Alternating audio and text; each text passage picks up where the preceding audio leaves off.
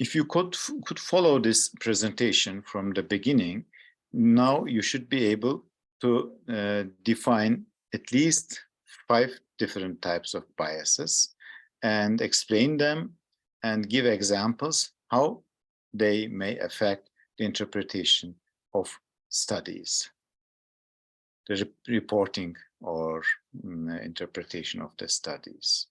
And you should also be able to define confounding factors or confounding variables and give examples and explain how they interfere with the interpreting of scientific studies.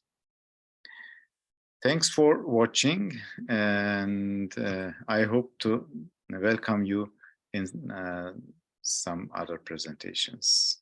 Bye-bye.